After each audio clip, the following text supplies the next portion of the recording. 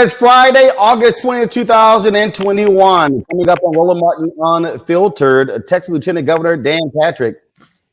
He blames black people? Am I supposed to hear him? Because I don't know.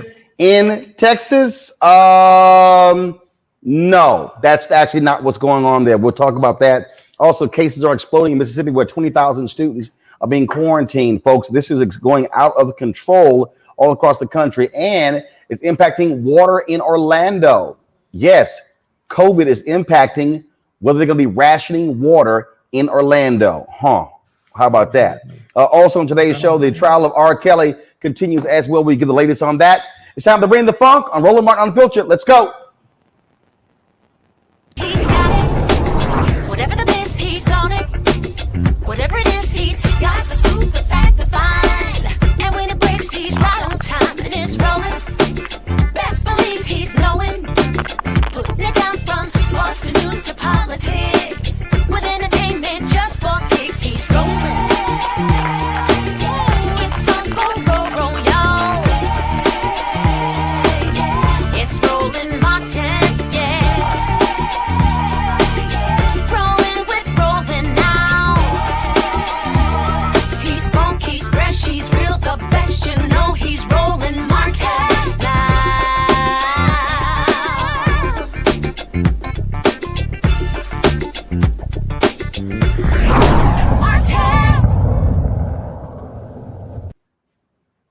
All right, the tried and true strategy of Fox News: blame black people when things aren't going so well. Last night on Laura Ingram's show, that is exactly what Texas Lieutenant Governor Dan Patrick did, blaming African Americans for the increase of COVID in Texas. Watch this fool. Are coming after your state really quickly here, and as a response, coming after your state because the increased COVID numbers, hospitalizations, deaths are up in Texas, and there's a direct assault on your governor's policies and your state's policies. Very brief response. Yeah. Well, Laura, the COVID is spreading, particularly most of the numbers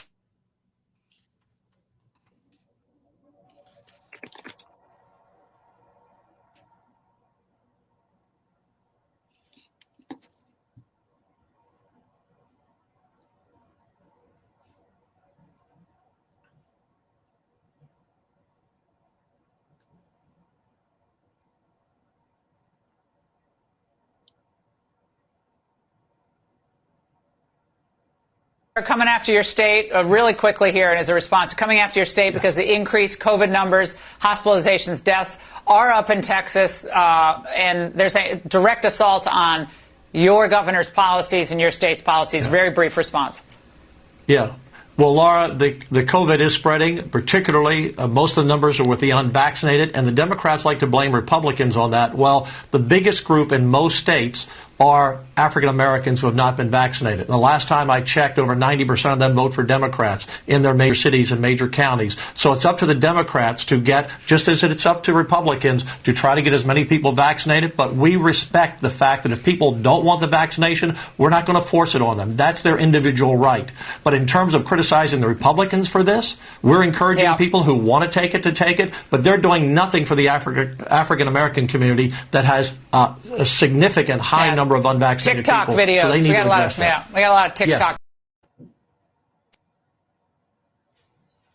Go ahead and deal with this with our panel. It's a whole lot I want to unpack. Brittany Lee Lewis, political analyst, Kelly Bethea, communication strategist, Dr. Jason Nichols, Department of African American Studies at University of Maryland. Okay, Brittany. So let's now deal with this. 29 million Texans. Black people represent 3.5 million Texans. If you actually look at the hardcore numbers, white folks being unvaccinated is the problem in that particular state.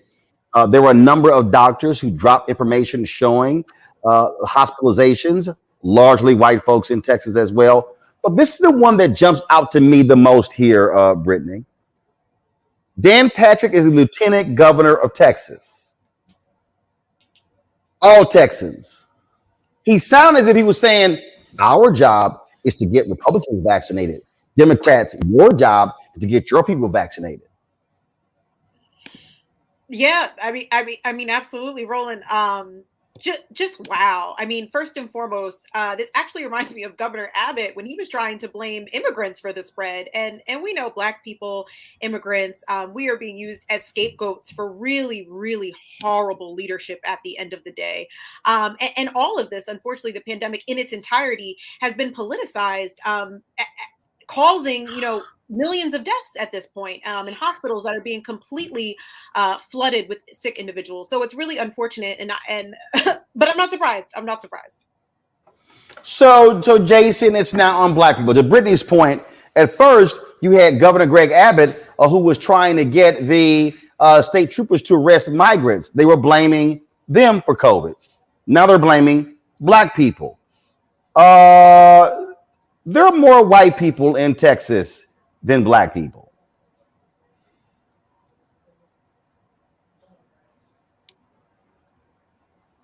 Jason? I think we lost Jason there. Let me go to Kelly. Kelly? Yes, can you repeat the question? I just got in. Yeah, that is, you have more white folks in Texas. Governor Greg Abbott, as Brittany said, initially blamed migrants. Now they're trying to blame Black people. I guess they don't want to blame white folks for nothing dealing with COVID, huh? Right, they never do. And that's really the problem with all of this. The fact that it's a majority of white people who don't want to get vaccinated. It's a majority of white people who are in the hospital. They are the majority in this country. So naturally, they're going to be the majority who's acting a fool in these streets. So for me, for a governor to blame his constituents as opposed to his own leadership, as opposed to his own administration, as opposed to his own rhetoric on this issue, it's the caucasity for me, frankly. But it's definitely expected coming from a governor who has basically bent over backwards to not follow the science for the sake of politics. It was, we're trying to get Jason's signal back. It was quite interesting last night, Brittany. I was looking at a number of people who were just blasting Patrick, who were actually putting up various information showing the actual numbers, showing exactly what the problem there is with the number of vaccinations. And the thing is, I go back to still, this is the most basic thing. If you are the lieutenant governor of Texas, you should have a plan of action as vaccinating people. That's the responsibility. And what Texas did was they were so screwed up. They were like, oh, we'll leave it up to y'all. But let me remind people of something that actually happened, Brittany. Dallas County, when they initially had the vaccination plan, look like we got Jason back. Jason, you're there? Is Jason there? Can you hear me? Cool. All right, Jason, I got you. We got you. Actually, I'm going to go to you, Jason, then come back to Brittany. So, Jason, Dallas County wanted to give the vaccine to the hardest hit groups first, blacks and Latinos. Abbott, his folks said, no, you can't do that. So it's a little disingenuous for Dan Patrick to now to say, oh, black people, they're the problem, when Abbott and the Republicans like Patrick refused to let the local leaders do what they wanted to do to solve the problem. Well, I mean, disingenuous and Dan Patrick go hand in hand, so that doesn't surprise me at all. We know for a fact, up to, I believe it was July 1st, that when you look at counties that voted for Donald Trump, it was 35% were vaccinated, and counties that voted for Joe Biden, 47%. 14% of Americans say they will definitely not get vaccinated. 69% of those people are white, as opposed to 7%, excuse me, who are black, and 12% that are Latino. And so I don't buy anything that Dan Patrick is saying. Of course, he's trying to deflect the blame for the fact that they can't control this and that they painted themselves in a corner. And he's a disingenuous person. He's the same guy who said that your grandparents should die for this pandemic. So, he's not someone who should be paid attention to. Unfortunately, he's in a decision-making capacity, which is really sad for the people of Texas. And the thing, Brittany, that just was beyond laughable. This whole idea, black people 90% vote Democrats, so Democrats, you should be doing more to get black people vaccinated. How about you make sure the resources are going where they need to go in order to ensure people get vaccinated. See, this is called abdicating responsibility. Republicans love to talk about local control when it's their issues, but now they want to avert blame. And so now they're playing this game. Roland, you took literally my next talking point. I said literally, I find it fascinating that these same people, Dan Patrick, Abbott, DeSantis, all of them who have campaigned for years on local control and local government are the first people to run over local officials and to make decisions that, do not benefit communities of color once they become head of state. We can even look beyond just getting the vaccine. I mean, what these states are doing with the mask mandates, right? I mean, how can we not hold these people, these governors, right? This lieutenant governor medically, legally, and morally responsible for spreading COVID. And the simple fact that these pro-life folks can come out of their mouth and try and point any fingers about why COVID is spreading is absolutely laughable. Of course, this lit up on social media last night. Folks blasting Dan Patrick, and he really is one of the dumbest people. I've known this guy for years, Kelly. And he's pretty much idiotic. And in fact, I want to show you this graphic right here. Let's go to my iPad, please. This is the graphic. The latest data from the Texas Department of State Health Services shows that the African-American population there is not driving the increase in cases. Black residents in Texas accounted for 16.4% of the state's cases and 10.2% of deaths as of August 13th. While vaccination rates are low among Black Texans, the highest coronavirus rates are among whites and Hispanics, who make up 34.9% and 35.8% of the state's cases, respectively, according to the latest data. That's what happens when you know how to read, Kelly. Not only when you know how to read, but when you're just cognizant of the facts, when you actually use facts as opposed to your bigotry. you get better results as to how you want to proceed in your public health initiatives. Again, this is just typical Dan Patrick. It is typical racist. I'm sorry. It's just very typical of this Texan administration under Dan Patrick and the like to do something so just crass, honestly. As opposed to doing his job, he will put the blame on every single person except himself, except those underneath him, all for the sake of politics over people. It's sad, it's dangerous, and it's literally deadly. Really want to avert responsibility. That's what it boils down to. And there have been a lot of pushback we've seen from black officials in Texas. And again, I go back to when we had Dallas County Commissioner John Wiley Price on this show when the vaccine first came out.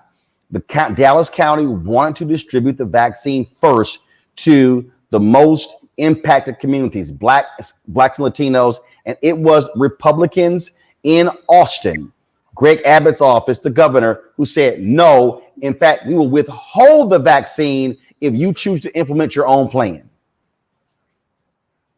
Right. I mean, this is, and you know what really offends me, Roland, is the fact that he's like, well, Democrats need to handle that. I mean, this is the state of Texas, and you are, Dan Patrick, the second ranking official in the state. For some reason, you seem to think that Black Texans and Democratic Texans or Black Democrat Texans aren't Texans, and therefore you abdicate your responsibility and give it to their political party, as if this isn't one state, this isn't one country, and as if they're not your responsibility. And I find that despicable and disgusting for a public official to do that who's in charge of the state. And your official there from Dallas County is absolutely correct. And again, just to bring up another number, of the people who say that they will never take the vaccine, 58% are Republicans, 18% are Democrats. So even with the disingenuous lie that he's trying to push, he's absolutely wrong in every way and in every statistic that you look at. But again, him putting it on Black people, I'm sure this is not the first time that Black people have been blamed for something they're not responsible for. And there you see from that graphic that you put up earlier, with 10% representing the deaths, that means they're underrepresented among deaths because they're only about 12% of the state of Texas. So they're underrepresented in a lot of those numbers. But Dan Patrick doesn't worry about that. Like you said, he's just about abdicating responsibility as a leader. And those are the type of people who should not be in leadership positions. And I just want to give people an understanding of what we are seeing happen all across the South. This graphic came out today. This is in Tennessee. This is new. Go to my iPad, please. This is new COVID-19 cases. Tennessee school-age children ages 5 to 18 by day. Look at how that number jumped the latest day. That right there, Brittany, says a whole lot about what's happening in Tennessee, in these states where you have a governor, who is opposing mask mandates, where you had that idiot Republican Clay Travis who led that crazy meeting in Franklin, Tennessee, saying mask mandates don't work. This is unfair. It's the freedom of our children. I mean, that's the kind of stuff that we're hearing. And that was a video that I came across. I'm gonna try to find it of this white man in Tennessee who stood before the school board and just had to share his thoughts. I'm gonna try to find it in a second. And he spoke loud and clear about what's going on here. And what's amazing to me are the number of people who are playing games. We are seeing in all of these states children being impacted. We're seeing this was a video right here of a kid in Tulsa, Oklahoma. Go to my iPad. A kid in Tulsa, Oklahoma, 3 years old, impacted by COVID. And remember, it was Donald Trump. It was Donald Trump last year who said, oh, don't worry about it. The kids can't get it. And these people are continuing to go there. There's this guy named Justin Canoe. This is a video of Justin Canoe going before the school board meeting there in another city, Williamson County in Tennessee. Let me play this. Watch this. Justin Canoe, I'm a dad in Williamson County. Didn't plan on speaking, but here we go. First of all, critical race theory is not in our schools, and it never was. And the people here to complain about it did not know what it was 6 months ago and had never heard of it. That's why they're going after diversity, equity, and inclusion instead and trying to pretend they're the same thing. They aren't. And frankly, there aren't many communities around the globe that need DEI more than this one that we live in. On another note, I'm a dad of a new kindergartner, and her first day was right after the chaos last week. She went to school and was one of just a few kids in her class wearing a mask, which made her ask me why she had to. My answer was because we want to take care of other people. She's 5 years old, but she understood that concept. And it's disappointing that more adults around here can't seem to grasp it. I asked a pastor friend of mine, and he was very clear there's no actual biblical justification for using the Bible to get out of a mask mandate passed by a majority of this elected board. But thousands are doing it anyway, calling it a religious exemption, which is frankly just sad. Avoiding masks is not in the Bible, but taking care of others is. And now today we have Governor Lee's executive order to allow opt-outs, which is government overreach undercutting a local decision. If you only like democracy when it goes your way, you don't actually like democracy. Thank you. Wow. Our next speakers, Sally Berg. That's what you call chin checking some folks. I want to bring up right now Texas House member Jarvis Johnson. Representative Johnson, glad to have you back on Roland Martin Unfiltered. The thing here, we were talking about Lieutenant Governor Dan Patrick and the idiotic comments he made. I was just showing a video there in Tennessee where the cases are exploding as well. The gall of Patrick trying to blame black folks after they first tried to blame migrants. And even when he did on Fox News, of course, Laura Ingraham, she's so stupid. She's not going to sit here and push back on it. But he was a liar. He lied. He is flat out lying, trying to blame black people and saying, oh, folks like you who are black Democrats, y'all ain't doing y'all job getting black people vaccinated. Well, he's using statistics and not using numbers, because he said we are the largest number in most states across this nation. And the fact is that we make up 12% of the population. If you just do the math and we only make up, we only get 40% of our people have gotten vaccinated, that means we're still 2 million people. But when you look at the statistics, white people make up the majority of Texas. And when you look at that, then their numbers are well into the tens of millions. And so at the end of the day, he's just simply lying, pandering to his base, doing what he does to get his votes, to make people think that he's strong, and to take attention away from the real issues that Texas faced. And so this is just another ploy by another. And I'll tell you like this, Danny Globe can't even get his own name right. So therefore, I know he won't get statistics right. And so anybody that don't go by their own name, I don't even listen to. So at this point, as you already called it, he's an idiot, and there's nothing more that we can do. And that's why we continue to fight against his hateful, idiotic rhetoric and all of the laws that have been placed forth by the Republicans. Let's also talk about what's happening there in Texas. You were one of the House Dems who came to Washington, D.C. To keep the House from having a quorum. You've had 3 of your fellow Democrats go back. Yesterday, Republicans touted at the quorum that actually broke the backs of Democrats. So set us straight, because there's all kind of conflicting information. Do they now have a quorum to move forward with business in Texas? What's going on? They lied, and they lied.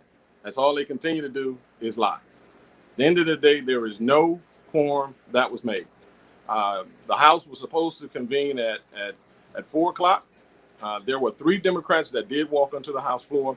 Walking onto that House floor, they were able to, at that point, make the assumption that they had quorum, and they actually did not have quorum. There were, what I know, at least 4 other Democrats that were not on the floor, and I do know of at least 4 other Republicans that were not on the floor and not even in the city. And so what they did for the next 2 hours, between 4 and 6, didn't do anything. And at 6 o'clock, the Speaker of the House says quorum is met. And as soon as quorum was met, he gavelled out. Now, here's the question that I have for you. If, in fact, they've been waiting on us to come back for 6 weeks to be back on the House floor so they can push this this voting bill down our throats and get back to the business of Texas, why did they gavel out so fast? And on top of that, they gaveled out until Monday because they know they don't have the numbers. Secondly, as soon as quorum was met, the warrants for our arrest was supposed to go away. Today, multiple Democrats were visited by the sergeant at arms and the sheriff to present warrants to a few of the Democrats at their homes. So why are you still trying to pick up Democrats when you already have quorum? This is a game. They just simply said, let's just tell them we have a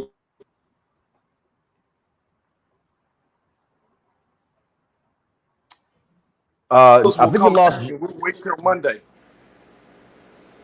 We lost you. So, repeat what you said at the end there. We lost you there. Say it again.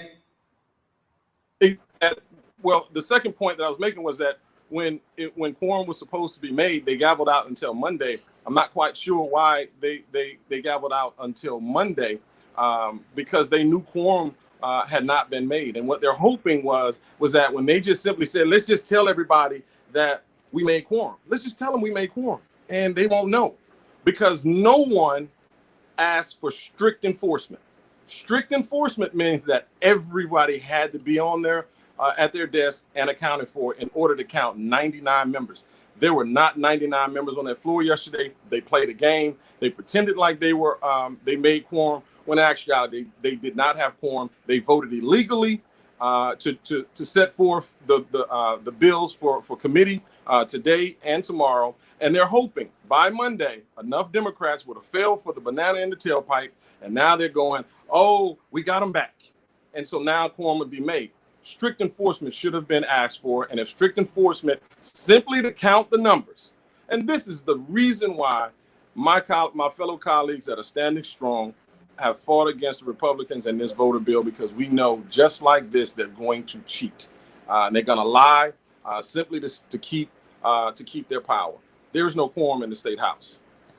So can you explain, go to my iPad, please. Can you explain this letter from three of these Democrats, including Garnett Coleman, who's an African-American representing a black district, saying they're proud of the work that y'all did, but said that with COVID taking place all across the state, it said, quote, "It is time to move past these partisan legislative calls and to come together to help our state mitigate the effects of the current COVID-19 surge by allowing public health officials to do their jobs, provide critical resources for school districts to conduct virtual learning when necessary, while also ensuring schools are a safe place for in-person instruction and will not become a series of daily super spreader events." I'm sorry. What the hell does the legislature have to do with that? I mean, that's the responsibility of school districts. And so them coming back to do what? What? Your answer is as good as mine, and that's simply the question. I'll say this about my colleagues: this is what happens when you don't come to practice. This is what happens when you want to try to win the championship on your own. This is what happens when you go rogue and you say, "I can do it. I want to take the last shot. I can do it. I can win this game for us." This is a team sport, and we all have to be in this collectively together. And we're all still standing collectively together. There have been a small number of Democrats that have gone back for various reasons, whether they were scared or whether they were looking for an easy ride and thinking they can chum up to the Republicans and think they can get favor. Because at the end of the day, we've watched for an entire session where Republicans are not they're not working, they're not negotiating, they're not communicating, and so there's nothing that they can do. There's nothing that they can do to going back on that House floor. They are the ones who have taken away local control from school districts. Republicans have made superintendents bow down to them. They're literally putting our children in the crosshairs of COVID, and they're using this as a political tactic, and then trying to come back to Democrats and say, well, if you guys don't come back, kids are dying at the hands of Republicans, at the hands of a person like Danny Globe, the lieutenant governor of the state of Texas. And the reason why I keep calling him Danny Globe, because that's his original name. He changed it some years ago. But Governor Abbott and the speaker, they're all complicit in their move. They don't need us in order to get to do work. Let local control be with the school districts. the counties and the cities to take care of their own constituents. But typical of Republican government, they want to infringe on the rights of all democratic cities so they can wreak havoc and chaos and disorder. So there's nothing my colleagues could do in order to go back on that floor. And as they continue to talk about negotiation, and I've said all along, I refuse to take from who can give me a yes. And to negotiate on the House floor with other Republicans, they can't give you the yes. They don't have the authority. This is the governor's bill. So anything that is negotiated still has to go back to the governor. And if you didn't negotiate it with the governor, then you wasted time. And the Republicans lied to my colleagues, led my colleagues to believe that they would have a voice on that floor. And absolutely, they will not. They will not accept any of our amendments. And they're going to ram this bill right down our throat. We're going to do something on the House side. The Senate is going to have a bill on the Senate side. And I will guarantee you that the Senate bill is going to be the bill that will be rammed down our throats, because we've already passed the bill once before that led us to the quorum break originally, because we passed the bill and said, here, Senate, take this bill. It was 78 pages. When it came back, it was 200 and some odd pages.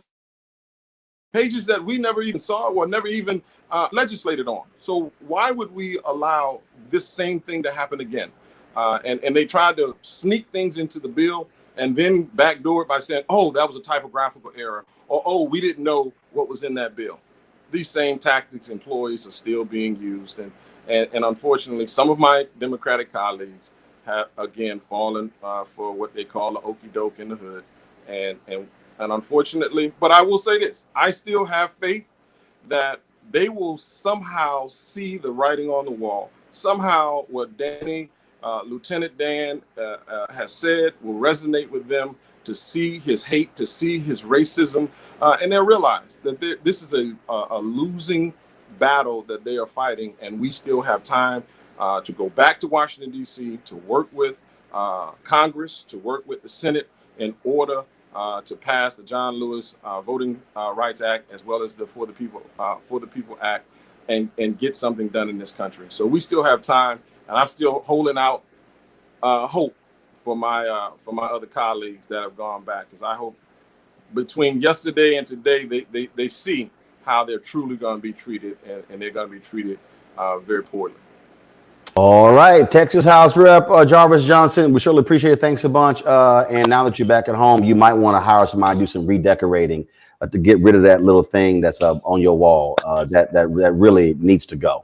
I'm just trying to. I wasn't going to even come in here until I saw that shirt you was wearing, and then I ran into my man cave, and I said, man, I just can't let Roland do me like that, So. You need a new interior decorator for your man cave. All right, I appreciate it. Thanks a lot. Peace, brother. What you see happening here, Jason, I think says a whole lot.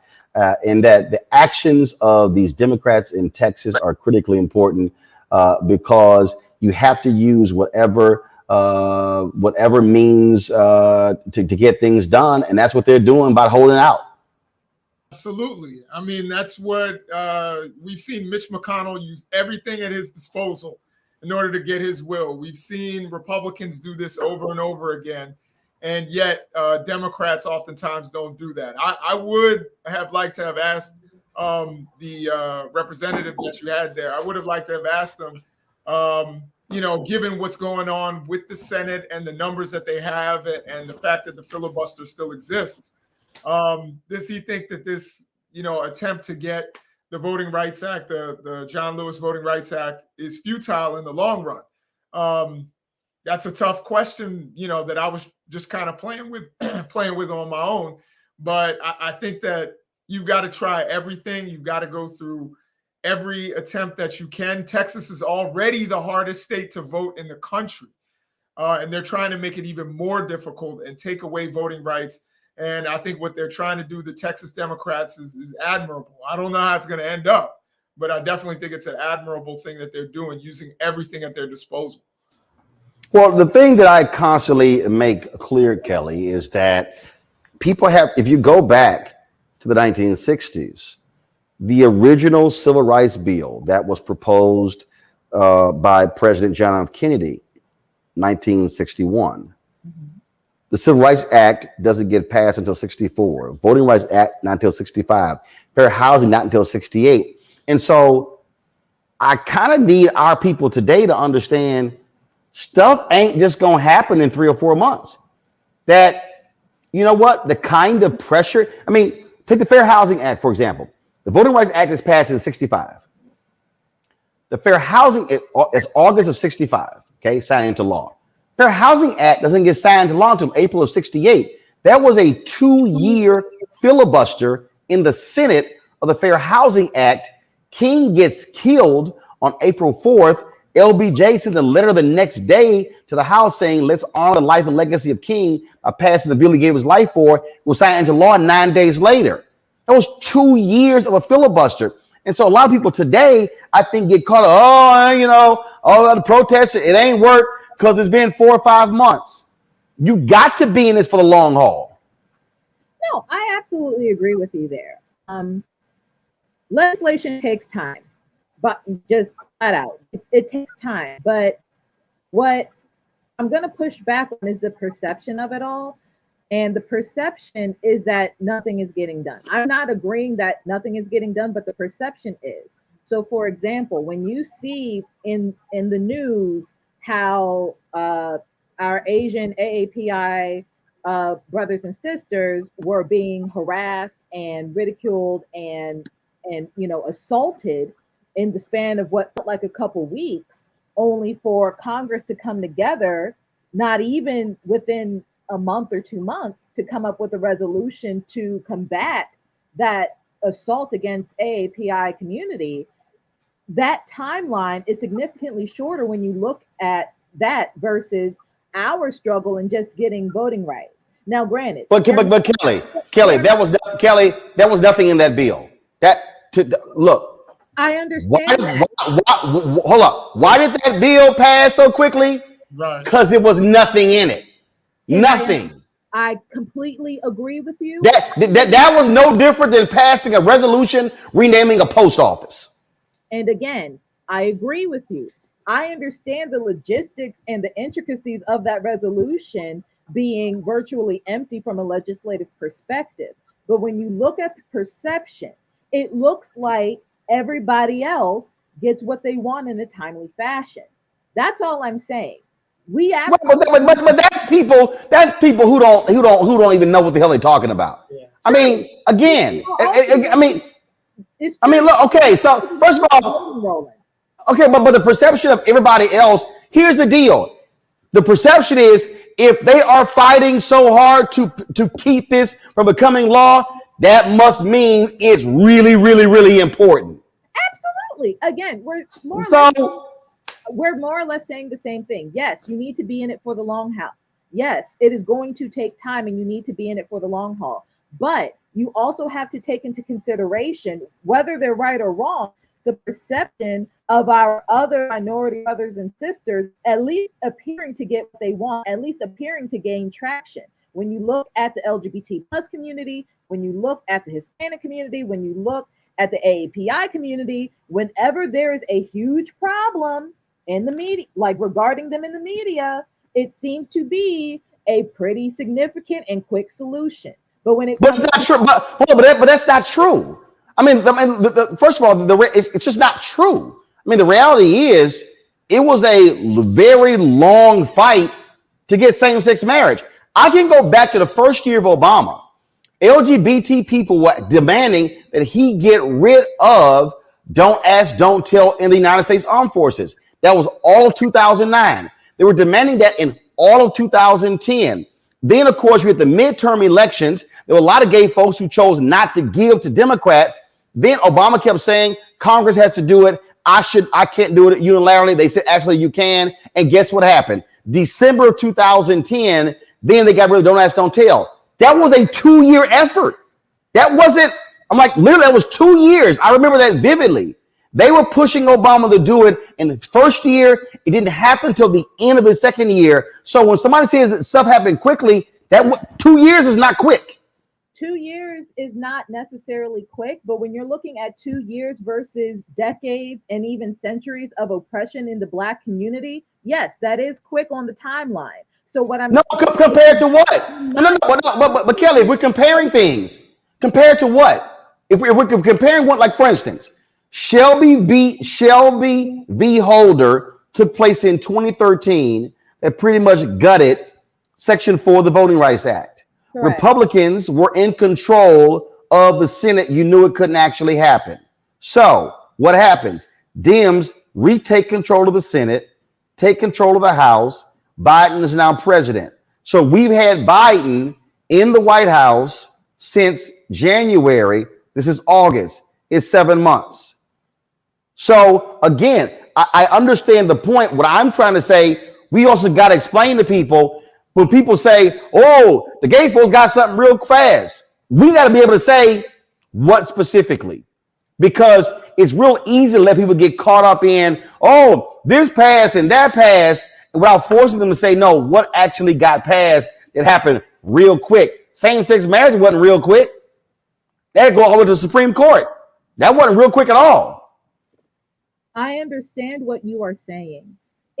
If you're just looking at how long a year is or how long 2 years is, absolutely. That's not a short amount of time, objectively speaking.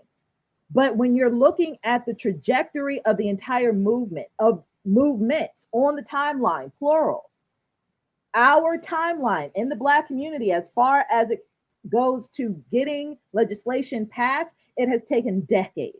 It has taken years. Yes. As opposed to when you see other minority groups trying to get their stuff passed, it may take what? Okay, hold on. Stop. See, this is what we got, Kelly. What other minority groups got stuff passed? You just gave out a list of LGBT, that is not a minority group. That's white. See, we gonna sit here. See, what I'm not gonna do is I'm not gonna compare LGBTQ to us, because that was white folks. That was white folks. But they're still a minority group. No. I'm not gonna call LGBTQ a minority. They're not an ethnic minority. No, they're not. That's white folks. Strictly ethnic minorities. I was talking about a group of people who are deemed minorities getting legislation passed. And here's the deal: when you have numerous white gay billionaires, and you have folks who are in positions of power, that's the difference there. If we really want to break down how that thing happened, you have a racial difference as well, which is also why a lot of Black gay folks are saying, hey, there are things that they have been fighting for that still have not been addressed there. That's what that's also what you're dealing with there. What I'm talking about specifically is not this all-encompassing on this issue of this particular bill. What we're looking at is also the difference between power on the state level and power on the federal level. And that, Jason, is also what we have to, which is also the difference that we're dealing with here. And sure, people can throw all kind of stuff out and say, oh, everybody else getting stuff. And trust me, I've been dealing with the trolls. Like, the Asians got their bill, and I keep saying it passed 94-0 in the United States Senate. That means there was nothing in that bill that had any teeth whatsoever. Yeah, no, I agree with you. I have to agree with you there. The only thing that I will I don't know if it's a disagreement.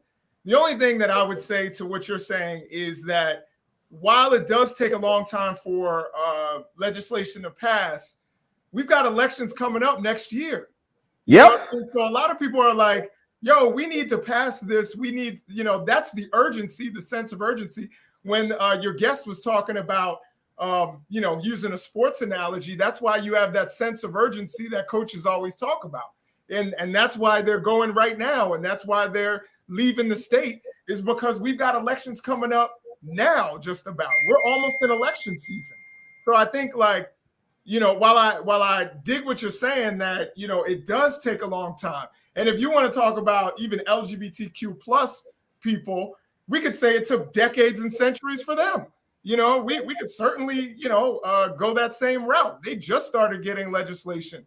You know, when people were running up in Harvey Milk and all that, that was the 1960s and 70s. So you could certainly make that same argument there. But, and I agree with you there. Where I would add a caveat is that there is a sense of urgency, particularly when we dealt with 4 years of Trumpism and the fact that that could reemerge. And we saw what we saw on January 6th. A lot of people are like, okay, we saw 2020, we were successful, and they're going to roll it back within 2 years. And so this is why there's a huge sense of urgency. Like, we can't wait, you know, the way we waited for some other legislation in our community. So I think that's the only thing that I would add to the conversation. The biggest thing that we are dealing with, and this is a part of the battle here. And part of the battle also is getting folks who don't live and breathe this stuff to realize what we're talking about. Again, the reason I bring up those critical civil rights bills in the 60s is because what we've had in this country is this whole view that, oh my God, these things just magically happened. And I'm like, because that's how actually they're taught, as opposed to, no, 2 and 3 and 4 and 5 years, a slog. Now, no one wants to sit here and wait, but the reality is we have to get people to understand that stuff, this ain't microwave politics. And that's the key, Kelly, that I think when I'm trying to talk to some people, they're like, well, why nothing happened? You're like, bruh, this stuff it ain't just gonna pop off real quick. I already agreed with you that it's not going to last a year. I already agreed with you that legislation takes time. My point is regarding perception. And when you're talking about people who are intelligent voters, who may not be inundated in this world like we are, but are still intelligent voters, what they see in the media matters. And what they see in the media is that other minority groups, ethnic or not, because the LGBT plus community is a protected class under the Constitution. Like, they are a minority, constitutionally speaking. Whether they're ethnically minority or not, it appears that their problems take precedence over Black lives. It appears that every other ethnic or otherwise minority group takes precedence over Black lives. And while, Jason, you are entirely correct that the strife of LGBT plus people has spanned just as many centuries, if not more so, than Black people in this country. But when you're talking about the perception of how things have been passed and the trajectory of legislation in this country and how things have been passed, it always feels like we as Black people as a whole have to hurry up and wait some more because something happened or legislation takes time or any other excuse, however valid it may be, that we just have to wait until they're ready to pass the legislation. That's all I'm saying. The perception is that we do not matter enough for the urgency, and we do. Well, and I say to folks that, again, perception is also not reality. We also understand the reality of what it means to be Black in this country, which also means that, to Jason's point, which we say all the time, which is why we just can't take elections off. This is why we just can't go, oh, we know Brittany, nothing's really going to change, so we'll just accept it. No, and that is, and look, I get it. I said the other day to the groups that are actually leading this mobilization effort that they're going to have to answer that question. Hey, what actually got passed that benefited Black folks? But we're also dealing with the reality of what is happening politically in this country. When we say, Brittany, that people are fighting tooth and nail to keep us from voting, there is a reason they're fighting that hard. Absolutely. And maybe I wasn't following. I got cut out for a while there. But I don't see this. I mean, it absolutely is a Black issue. But this issue also affects, and I think Reverend Barber talks about this all the time, this issue affects poor whites. It affects Native Americans. It affects members of the LGBTQ plus community. I mean, we are at the intersection of all of these things. And it's unfortunate that, you know, that the Texas Democrats, those handful of them have gone back because their work is paramount. And I don't believe at this point, Roland, that anything is more important than what is happening with voting. If we can't vote, we can't change anything. We can't get anything passed. And we're in big trouble because the GOP is going to gerrymander their way to a House majority. So it's really petrifying. And we know it's all based on the big lie. So these things do take time. They take years, but we have to keep the pressure up as the people. We have to make sure our elected leaders keep the pressure up. We have to make sure we keep pressure on these corporations. And we also need to ask, and I know we talked about this I think on your second to last show a couple of Fridays ago, about celebrities also using their voice, because this has serious consequences if something is not done soon. Well, and that's precisely why I keep saying that when we talk about public policy, you cannot say, I want a change in public policy if you don't change the politicians. That's the only way that actually is going to happen. All right, got to go to a break. We come back more. Roland Martin Unfiltered, back in a moment. George Floyd's death hopefully put another nail in the coffin of racism. You talk about awakening America. It led to a historic summer of protest. I hope our younger generation don't ever forget that nonviolence is soul force. Priceless.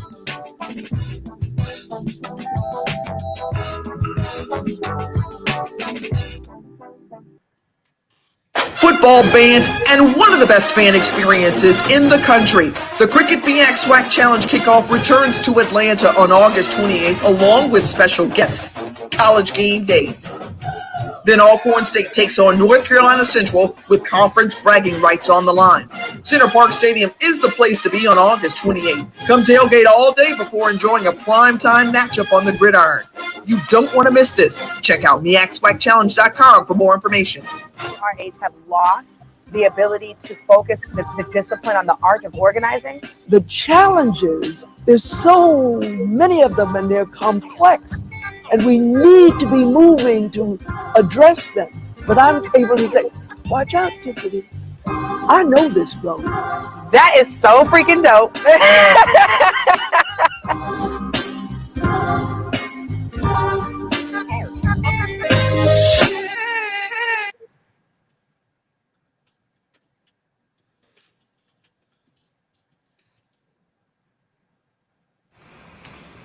All right, folks, welcome back to Roland Martin Unfiltered. In Florida, a Florida resource officer will not face any additional criminal charges for slamming a high school student to the ground, rendering her unconscious. This is a viral video that went out that showed an officer attacking Taylor Bracey in January. Bracey's mother says her daughter still suffers from sleeping issues and memory loss from the encounter. State attorney Monique Worrell says the officers' actions were disturbing but not illegal. Parents are calling for the removal of school resource officers and policy changes. We have seen this routinely, Jason, in these school systems where the actions of these resource officers, we've seen this happen numerous times. And I got to tell you, it is troubling, to be honest, to keep seeing these sort of outlandish cops and their actions in schools. That's not, to me, how you should be dealing with students. Absolutely. I think there definitely needs to be police reform, not only on the streets, but certainly in the schools. I think a lot of schools don't need a police officer. Maybe perhaps some do. I've had students who have told me that they actually felt safer with the school resource officer there. So I don't want to completely downplay what some of my young Black students have actually said, that, in terms of it making them feel safe.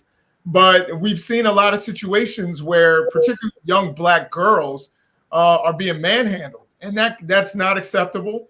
I'm glad that these parents are standing up, and it's time, that we start to implement some reforms, not just on the streets, but also certainly in a place where our young people are vulnerable, and that's in school.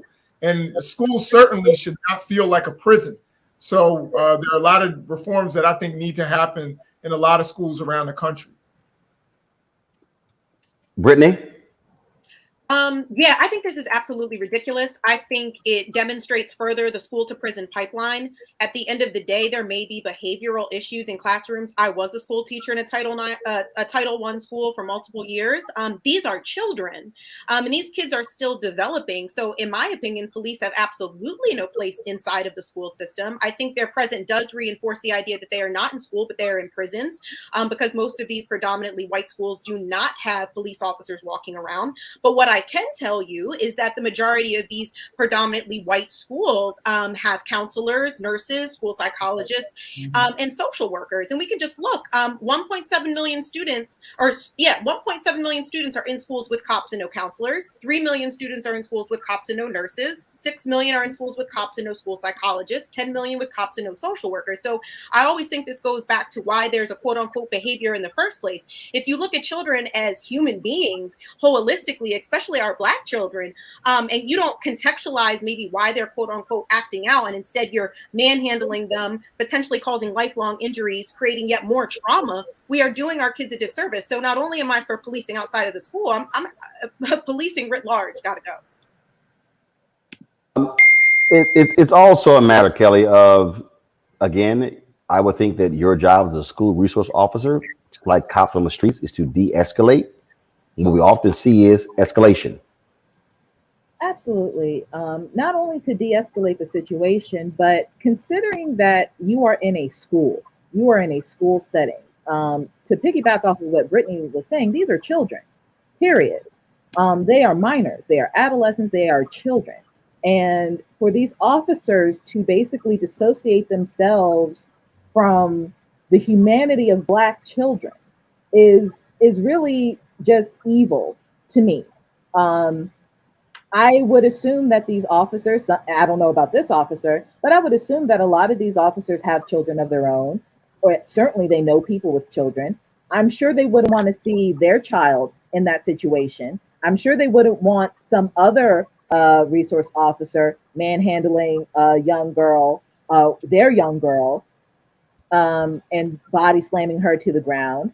And there's also something to be said about, just as a whole, the expedited rate of, like, the perception that Black girls are more mature and more advanced and more adult-like than their counterparts of the same age. And there are studies on it and the like, but Black girls are still girls. They're still children, and they should be treated as such. So this officer was in the wrong on several fronts.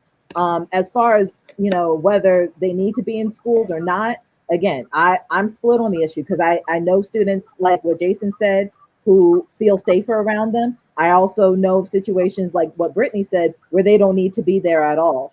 But at the end of the day, this officer, regardless of whether you feel like he was supposed to be there or not, simply did not do his job of de-escalating the situation. All right, folks.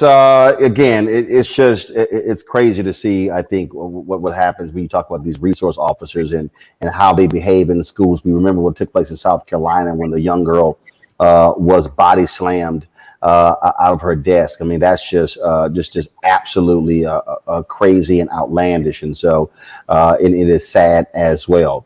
Let's talk about a recent report that talks about the Department of Justice and Black Lives Matter. There was a study that report was called "Struggle for Power: The Ongoing Prosecution of Black Movement."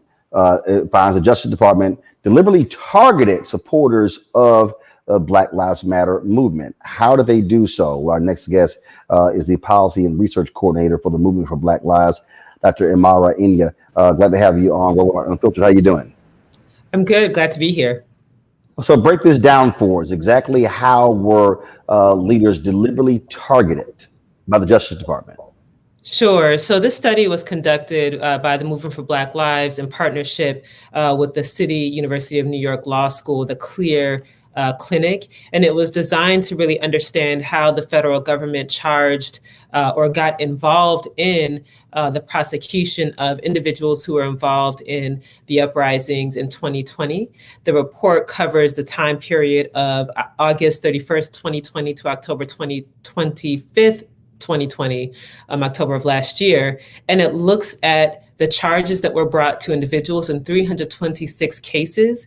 And it shows quite clearly how the federal government overreached in an attempt to federalize charges against those who are involved in protests.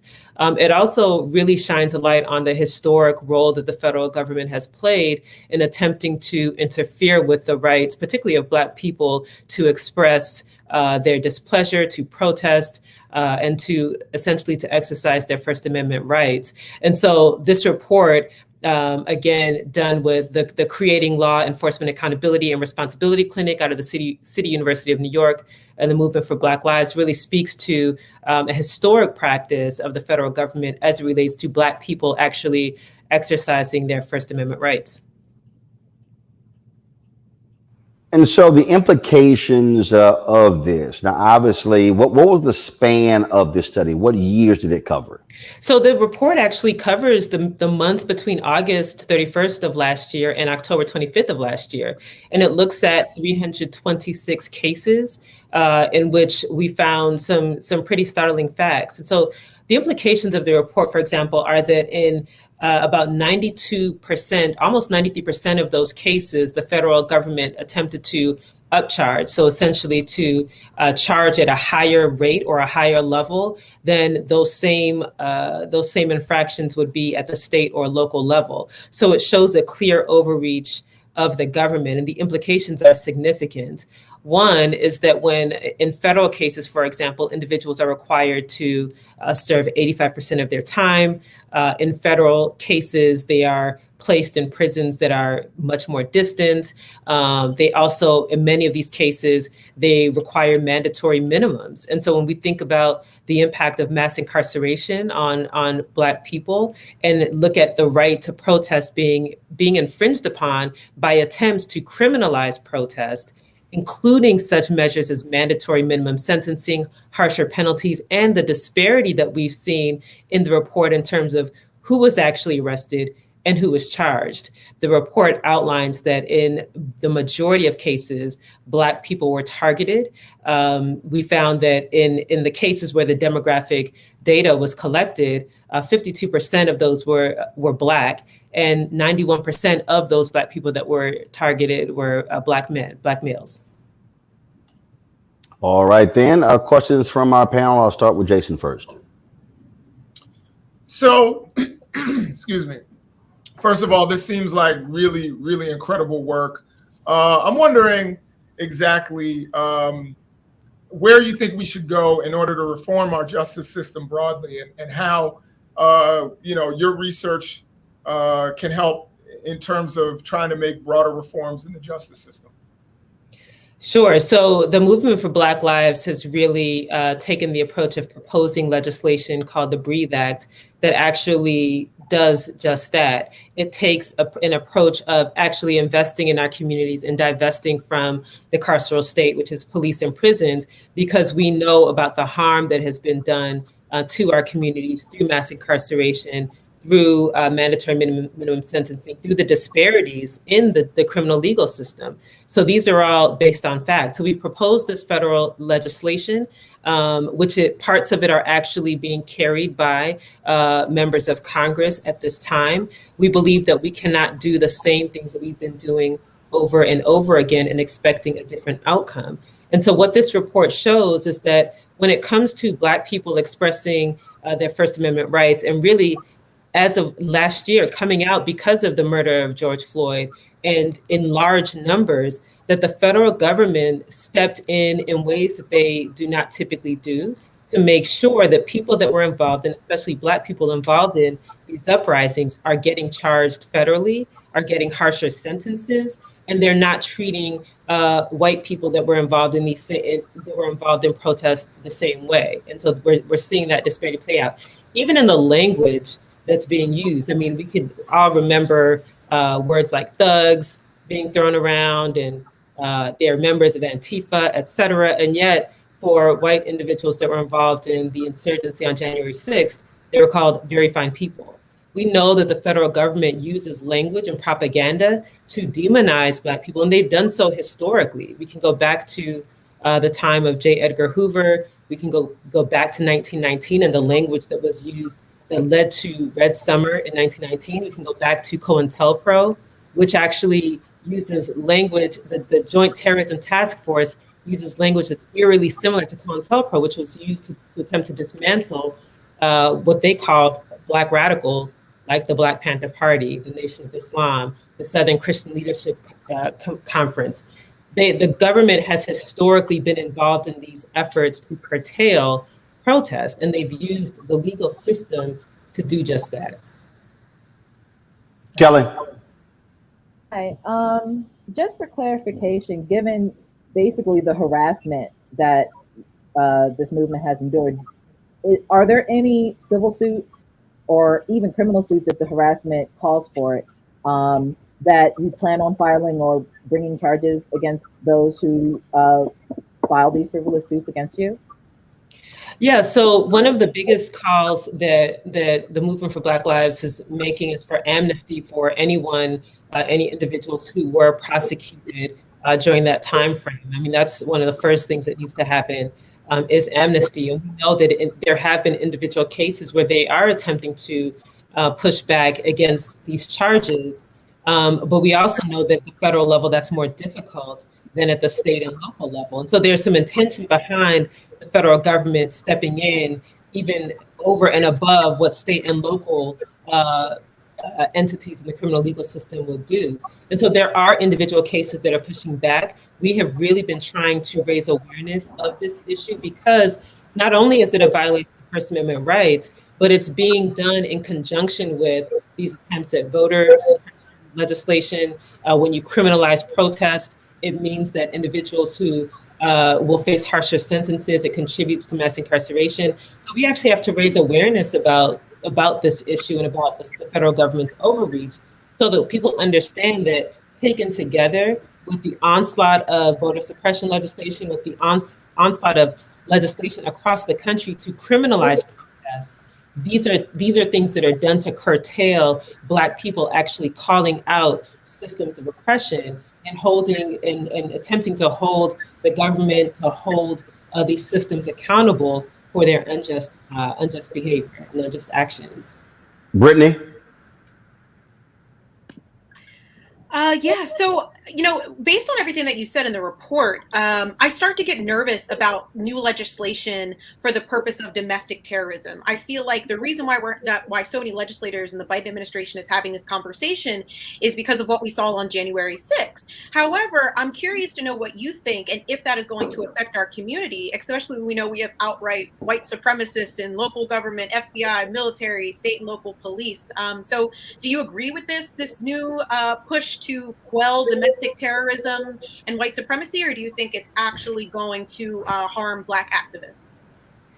Well, yeah, we know that this push is going to disproportionately harm Black activists because that has been the pattern historically. So again, for example, you can look at the Joint Terrorism Task Force that was formed. We can look at what happened in 2017, where this new term, Black identity extremist, came out of the FBI for the purposes of actually targeting Black people who are engaged in work to address systemic racism and oppression.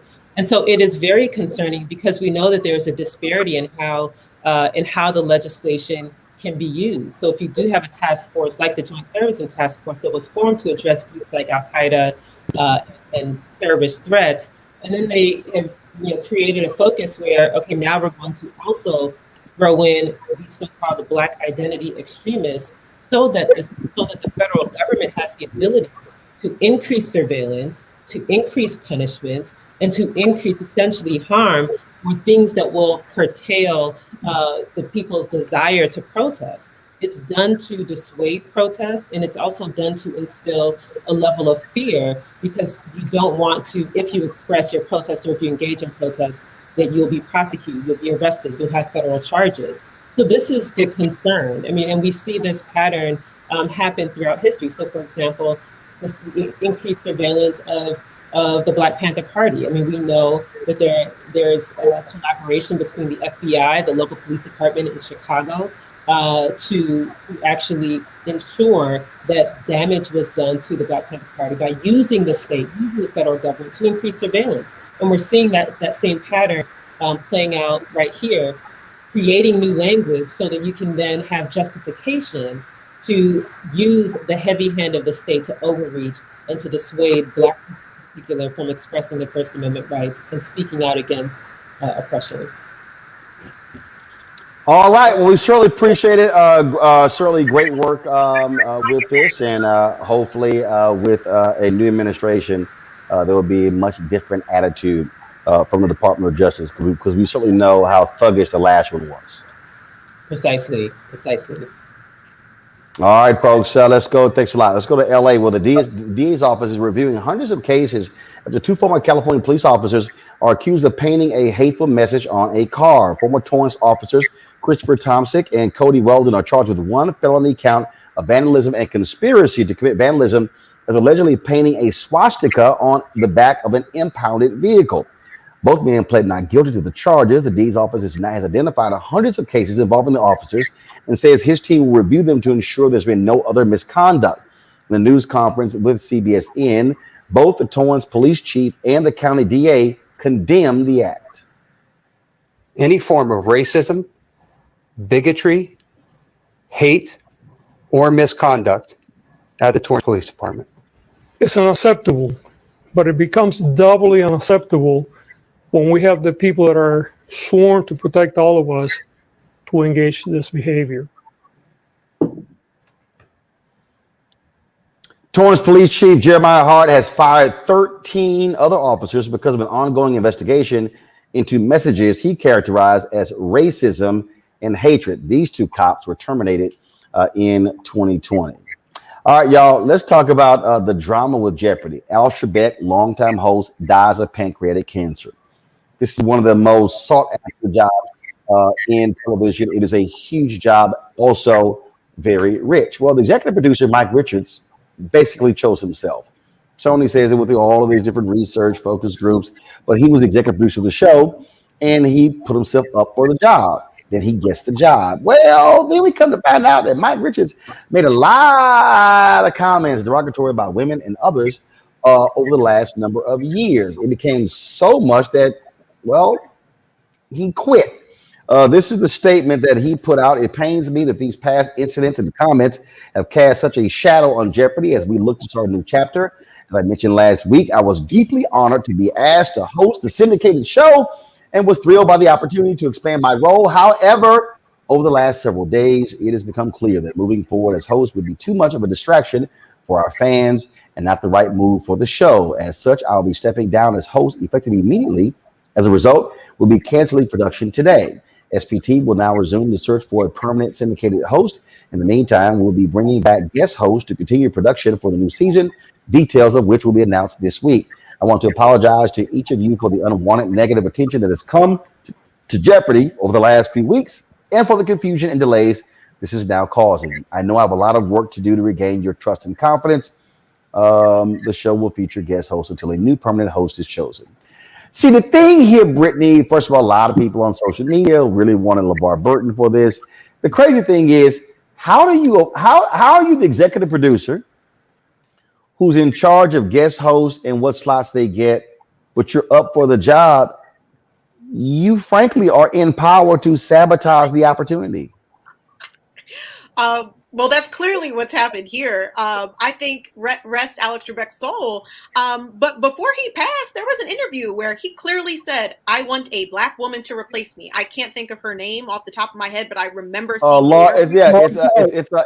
Laura Coates, who I had on many times on my TV One show, who's now an analyst at CNN.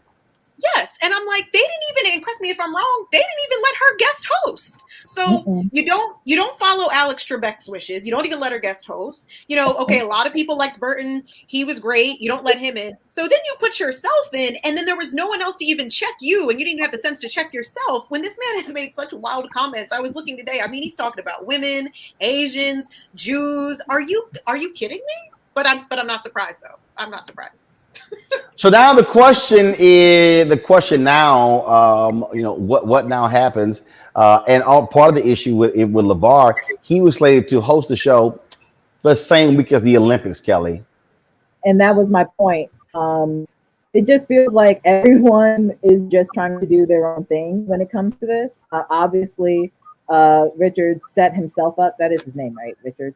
He set himself up to get that job, and it felt like to me, if you've ever been in a job selection search and you know that you're only there to meet their DEI quota so that the person internally can just get the job and they can say that they did everything they had to do. That's exactly what this feels like. Because if you look at how LeVar Burton was set up to host Jeopardy, it was during the Olympics.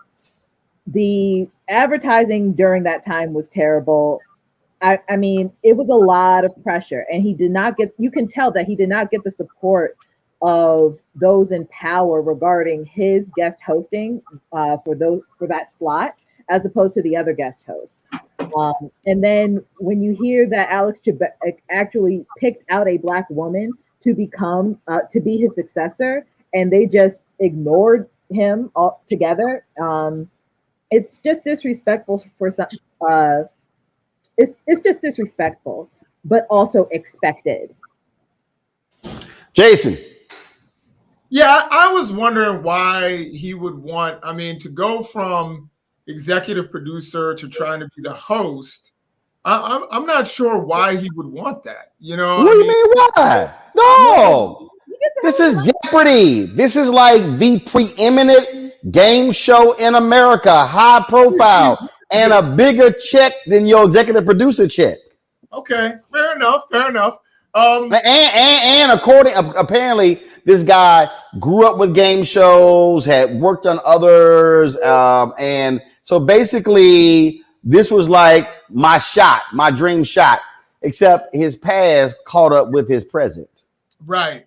My other question is, and I don't know if you guys know the answer to this, but they were saying that Mayim Bialik was, I hope I'm saying that name correctly, Blossom. Yeah. I just know her as Blossom. So so what happened was, so here's what they did. So they said she is going to be the host of the prime time or special shows, but here's the problem: only one is scheduled in the next year. So they try to act like, oh, it's two hosts. Man, we all know what that is. That wasn't even real. He was a real host. Right. Well, you reap what you sow. You start saying things, they're going to catch up to you. So he got what he deserved in the long run, and hopefully, he definitely set people up to fail, particularly popular people. Particularly people like LeVar Burton, even Aaron Rodgers, and set himself up to succeed and put himself in a position. He may not have made the call, but he certainly put himself in a position to be seen by a lot of people. And that's troubling, I think. But then again, as you know, as I've started to learn, TV is a dirty business. And there are a lot of places, I shopped a show to a particular network, and they took the name of the show that I had shopped them and gave it to someone else. Oh, wow. So, these things happen. So, it's a dirty business. And you don't have a whole lot of people with scruples in power. That would be a time for hashtag Team Whip That Ass to show up. Just letting you know. You probably a lot more nicer than I am, but somebody would have got their ass whooped. I'm just letting you know. Got to go to a quick break. When we come back, we're going to give you ladies what happened today in the R. Kelly case on trial. R. Kelly trial happening in New York. Back in a moment. When you study the music, you get Black history by default. And so no other craft could carry as many words as rap music. I try to intertwine that and make that create whatever I'm supposed to send out to the universe. A rapper, for the longest period of time has gone through phases. I love the word. I hate what it's become, and to this generation, the way they visualize it. Its narrative kind of like has gotten away and spun away from, I guess, the ascension of Black people.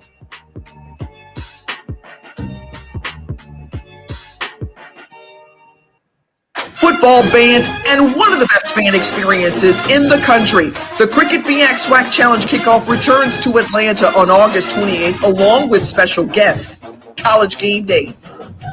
Then Alcorn State takes on North Carolina Central with conference bragging rights on the line. Center Park Stadium is the place to be on August 28th. Come tailgate all day before enjoying a primetime matchup on the gridiron. You don't want to miss this. Check out MEACSWACChallenge.com for more information. Hi, I'm Israel Houghton. Apparently the other message I did was not fun enough. So this is fun. You are watching Roland Martin, my man, Unfiltered.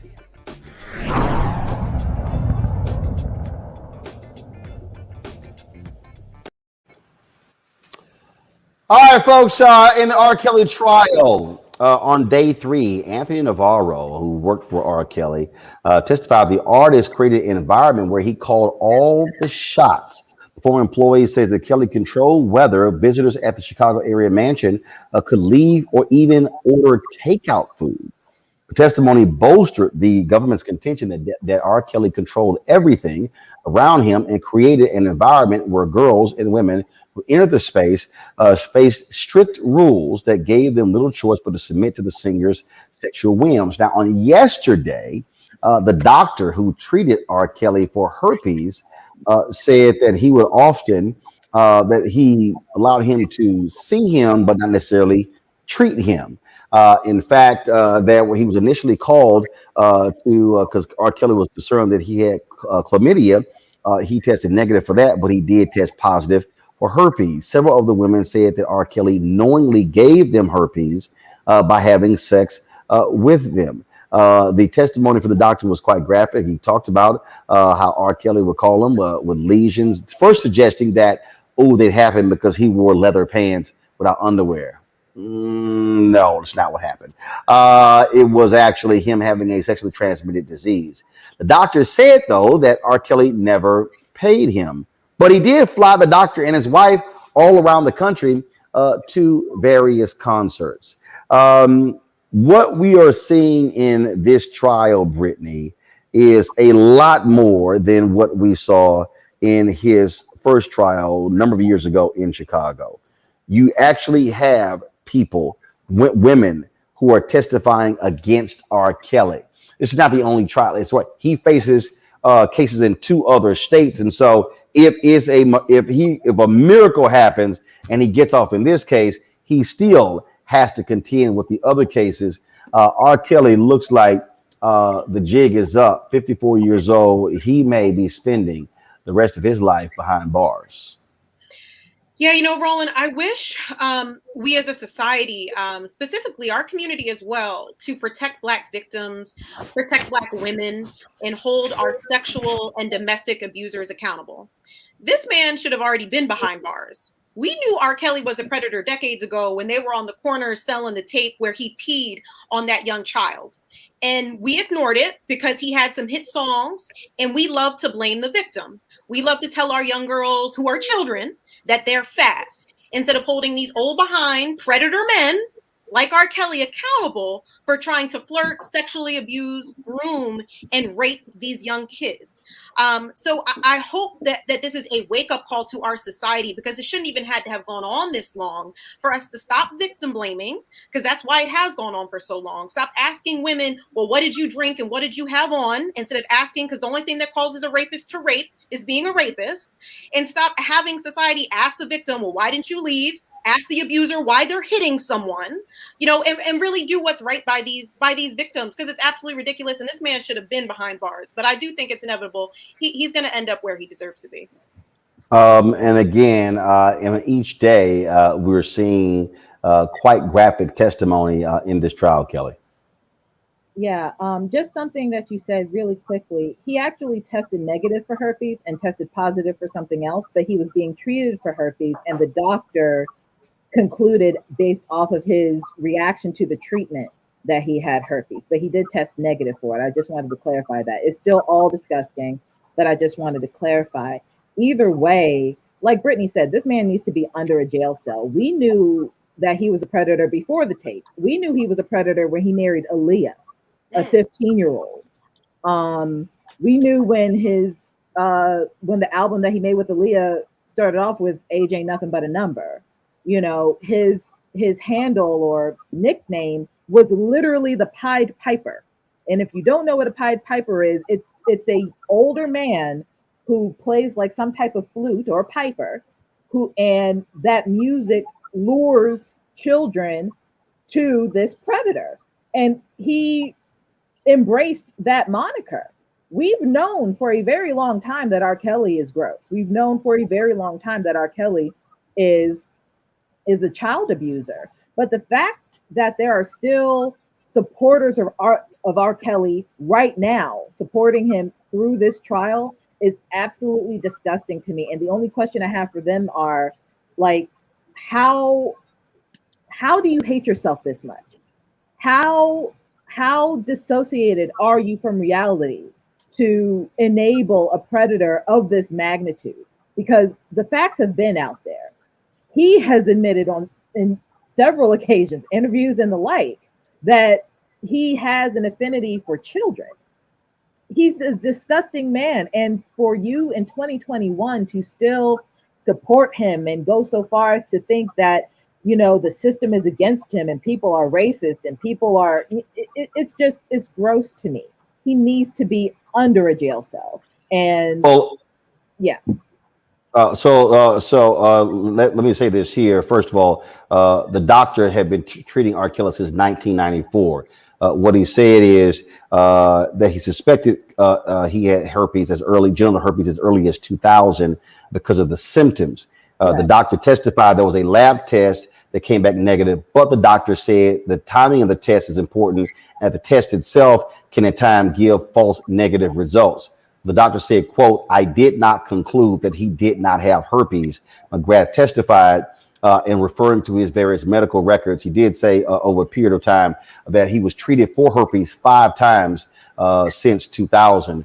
That was what the doctor actually testified.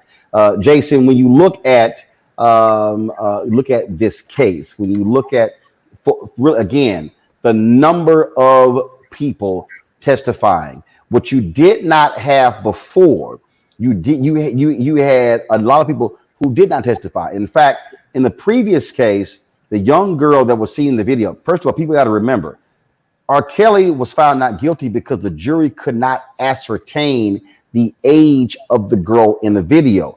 But they forced a delay for so long. By the time that she actually testified, she was much older. And so therefore, they could not reconcile that. That's actually what happened in that particular case. This is different. You now actually have former employees testifying against him, women involved testifying against him. And so the prosecution has a lot more ammunition to target R. Kelly. Yeah, I think that the prosecution is probably going to have a pretty rock solid case. And they're going to have, you know, now the documentaries have been made. I didn't watch the documentaries, but one of the things that I think we, kind of piggybacking off of what Brittany was saying in terms of this being a cultural moment for our people, is that we really need to address, sexual assault and predatory behavior, because it's my understanding, and correct me if I'm wrong, but R. Kelly was a victim of sexual assault of his sister, if I'm not mistaken. And, I'm sure his sister was probably a victim of someone else. We've got to start to address these issues in our community to cut them off so that we don't have generations and generations of victims and people victimizing other people. R. Kelly is going to be where he deserves, I believe. And I was shocked that he got away with it in the 90s. And I was really shocked with some of the responses that would come on the radio when they would talk about it. People in our community, how they were blaming the victim. I think I read an interview with the victim where she blamed herself. I think that these are cultural, moments where we have to do some teaching and learn so that we don't actually keep this kind of thing going and looking the other way when it's happening. Because I knew people who said this was a well-known thing in Chicago. that R. Kelly would come by the high school, that they knew that he was, picking up girls at the high school when he was well over age. So this is something that we have to stop looking the other way. And hopefully this will be a teachable moment for the culture. It was actually R. Kelly's brother who said that the two of them were molested by their older sister. R. Kelly also had said that he was molested by a man when he was around 10 years old. Bottom line is, with all of that, where you're seeing, again, prosecutors lay out a very, very lengthy list of evidence in this case. And so we're going to be covering this even further. Let's give you an update also what's happening in Haiti.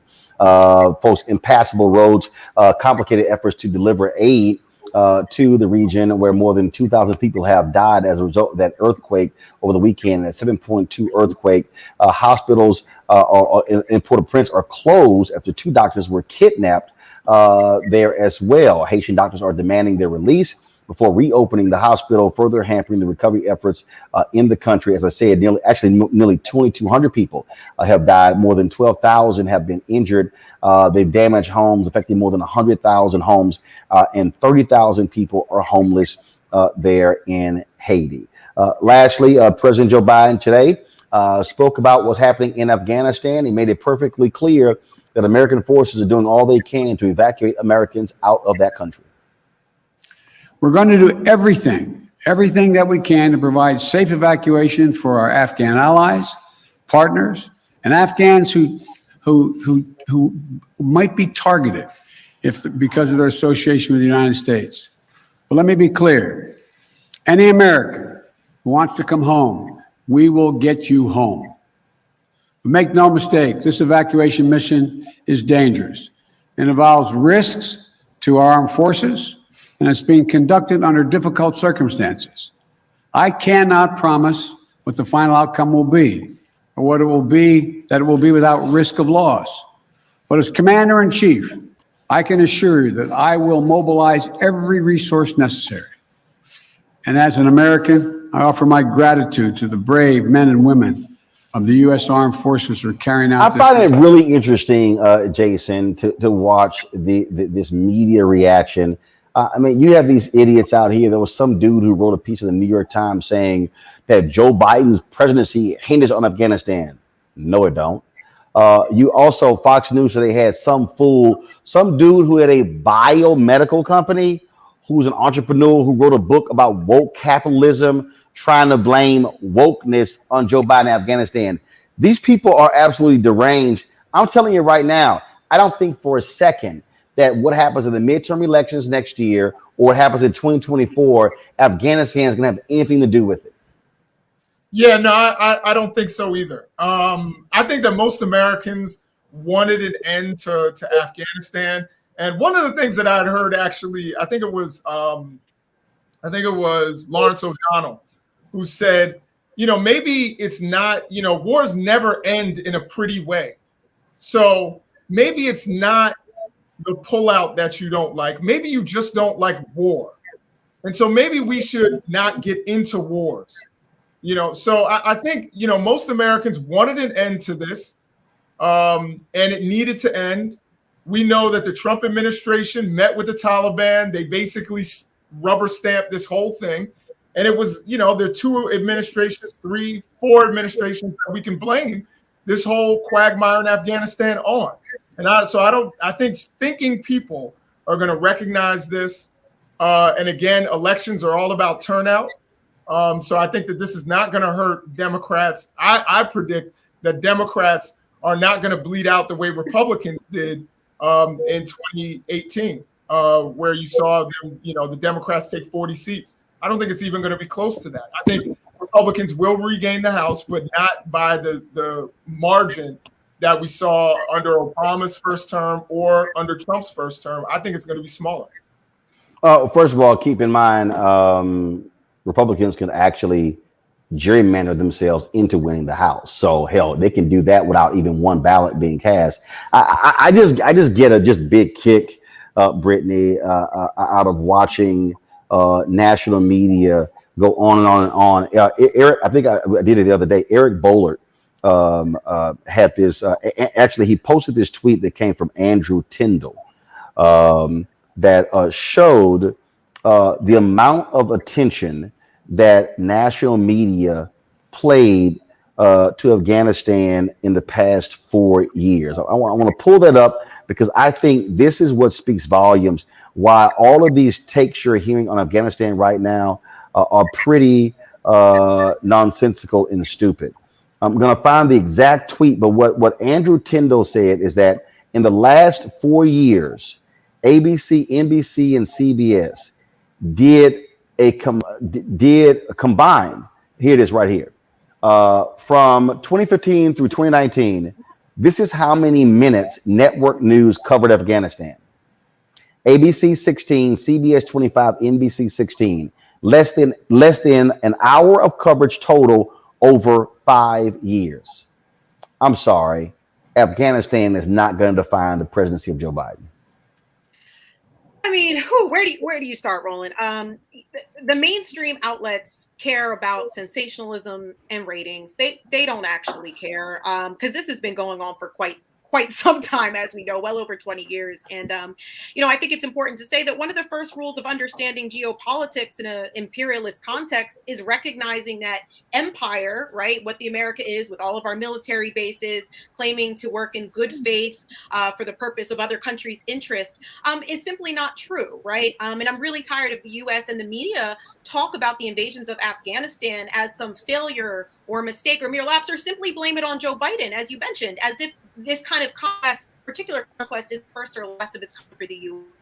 Just a little bit of background. The CIA toppled the Socialist Democratic Republic of Afghanistan several decades ago, which is how they ended up funding and arming the Taliban in the first place. You're talking about right-wing extremists getting the go-ahead from President Jimmy Carter's National Secretary Advisor. Operation Cyclone literally holds the Guinness World Record for the most expensive covert operation. This was admitted by Hillary Clinton in multiple interviews. It's not even a secret, right? So I think we see, again, the U.S., and it's not a Joe Biden issue, help create the Taliban, use them, invaded Afghanistan when it suited their interests, profited from the war economy, fomented the divisions, and then left, while Afghans are running for their lives. And all of this has to do, at the end of the day, has to do with profit and natural resources. We can look at what's happening with what has happened with the opium crisis here in the United States and how much opium, the opium poppies that are out in Afghanistan. And we can also look, again, just at profit. So when we think about that, war in Afghanistan was one of the largest transfers of wealth from the American taxpayers to wealth defense contractors. And 51 members of Congress and their spouses own up to 5.8 million in defense contractor stock. So again, I say all of this to say that you are absolutely right, Roland. This is not just a Biden issue. This is, quite frankly, a issue that goes on both sides of the aisle, because war is a profitable business. And at the end of the day, the U.S. will do what it needs to do to secure resources that we don't have abroad. I just sit here, Kelly, and just, again, when I listen to these people on these shows, yell, holler, and scream, they didn't give a damn about Afghanistan last week. They didn't give a damn about Afghanistan when we cast the vote to invade Afghanistan 20 years ago. The only one who did was Sheila Jackson Lee. Barbara Lee. The only one who voted against that war. There's something to be said about making rash decisions that the consequences of which aren't even considered or simply not cared about. And this is what happens when you have very powerful people making very rash decisions and not understanding the consequences of their actions and just letting the chips fall where they may. My heart breaks for the citizens of Afghanistan because they didn't ask for any of this. They didn't ask for any of this. They didn't ask for the United States to come over there. They didn't. They just didn't. So for me, my ties to 9/11 are a little bit deeper because one of my friends was in the plane that crashed into the Pentagon. So like a lot of people on that day, I was furious. But there's something to be said about, taking a deep breath and analyzing a situation and then moving forward. America did not do that because of the reasoning that Brittany just beautifully laid out. She took most of my talking points. But I say all that to say, this is not going to fall on Biden's head. If anything, it's going to fall on the heads of 4 to 5 presidents, not just Biden's. Well, I just get a kick out of these people. Like I'm looking at again, Hugh Hewitt tweeted some nonsense. Things have just gone wrong. It's a catastrophe. Norbert Röttgen told reporters on Wednesday, it's a moral failure of the West, and the geopolitical consequences are still difficult to discern. It's a breaking point. And then he writes, America has lost a war, and the consequences will be terrible. Events have left many Americans in a state of collective shock. We can be proud of our warriors and still be deeply ashamed of our country. Let me be real clear. Most Americans don't give a damn about Afghanistan. They didn't give a damn when we invaded Afghanistan, and they didn't give a damn 15 years ago, 10 years ago, 5 years ago, a year ago, 6 months ago, 3 months ago. It was out of sight, out of mind. It was as if this whole notion that America was at war. No, America was not at war. A portion of the U.S. military was at war. Those families with military folks, they were at war. America was not at war. You know what folks were doing? They were playing on water slides, playing golf, going to parties. America was not at war. Don't let these crazy people who love getting us into wars to actually fund the military-industrial complex allow you to sit here and get caught up in their nonsense. Nah, y'all, that's just not gonna fly. So no, we ain't buying it. The bottom line is, it was stupid for us to have to sit here and spend all of that damn money, $2 trillion, all of that money we spent, and then now this is the new one. Oh my God, we've armed the Taliban with all the equipment left. Do y'all want to rewind? Didn't we leave a lot of equipment when we sent it to the Mujahideen to fight Russia? And what happened? Those were the Taliban. Did they not use the same machinery against us? I don't understand why this is really that hard for people that don't realize that in the history of Afghanistan, no country has conquered those people. I think it's the arrogance of America. And let me be real clear. It's the arrogance of America. Oh, we can beat anybody. We have might. We are the richest, the most powerful. No, it's not going to happen. Because you know what? They said, we'll wait because y'all ain't going to be here forever. And guess what happened? They waited. And when we pulled out, the Taliban took over again. That's what you learn when you can't run somebody else's country. And then I saw this tweet from Richard Engel that I just thought was stupid. This is the last comment I want to deal with this, y'all, before we end the show. Richard Engel, I mean, look, he's a war correspondent, NBC, you know, all that good stuff. I get it. But he said something that actually I thought was just stupid. He goes, Biden says, go to my iPad. Biden says U.S. in constant contact with Taliban to get safe passage to airport. So U.S. asking former enemy, the Taliban, to please allow us to get our people out while they take the country. I'm sorry, Brittany. It's not our country. So we just can't do what the hell we want to do. Guess what? America can't just go to Saudi Arabia when we feel like it.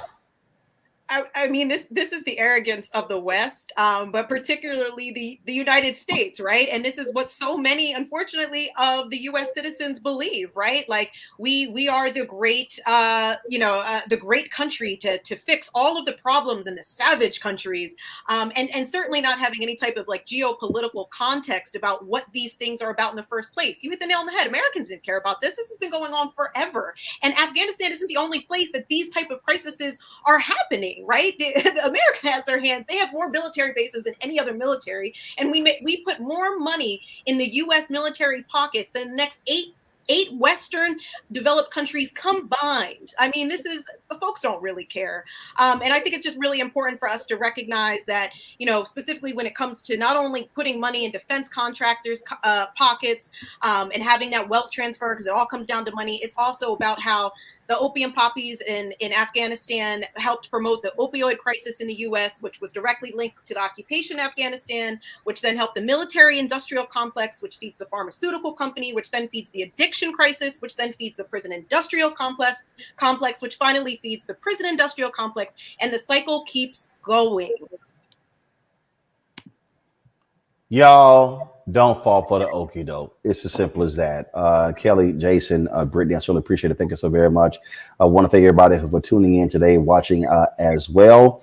Monday, I'll be broadcasting live from Los Angeles, California. And so looking forward to that. We'll also have for you a couple of authors who wrote a book on Donald Trump, saying how I can alone fix it and how he pretty much screwed up the last year of his presidency. That's why he lost. We'll also next week hear from Gerald Horne about his new book on the sweet science of boxing. We have all of that for you next week, folks. And then don't forget, we're going to be broadcasting from Atlanta next week for the SWAC MEAC Challenge. So, man, we got a jam-packed show. Please support us in what we do, y'all. Your resources allow us to do what we do. Please join our Bring the Funk fan club. We ask our fan base to give an average of $50 each, $4.19 a month, 13 cents a day. Every dollar you give goes to support this show and what we're doing. You can do so via Cash App, $RM Unfiltered, PayPal.me/R Martin Unfiltered, Venmo.com/RM Unfiltered, and of course Zelle is Roland at RolandSMartin.com, Roland at RolandMartinUnfiltered.com. I want to give a shout out real quick. These are the folks. They said, look, we don't trust the other stuff. They actually sent checks.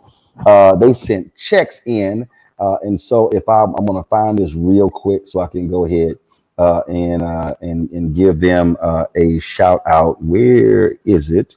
Well, I know I sent it. Here we go. All right, then. Shout out to Carolyn Vaughn, Shirley Williams, Susie Buchanan, Sharon Green, LaCara Autoduro, Betty Saucer, Leonard Bright, Melanie Tittle, Joan Thompson, Gregory Rogers, and Derek Thomas. Thank you so very much for your support of Roland Martin Unfiltered. We always end the show on Friday with the roll call of our fan club members. If you don't see your name, shoot us an email and we'll get that taken care of. Folks, thank you so very much. I'll see you on Monday from LA. Also, happy 27th anniversary to my sister Levita and her husband Manasir. Today they celebrate again 27 years. I think I got a photo somewhere. Hold on. Let me see if I can pull it up. I know it's on Instagram, but let me see. They put something. They ain't put nothing on Twitter. Oh, you know what? What the heck? Here's a photo right here of them right here. When their daughter Chloe went to Baylor. I don't particularly like Baylor, but I'm a Texas A&M Aggie, but it's all good. So happy 27th anniversary to them. I'll see y'all guys on Monday. Holla!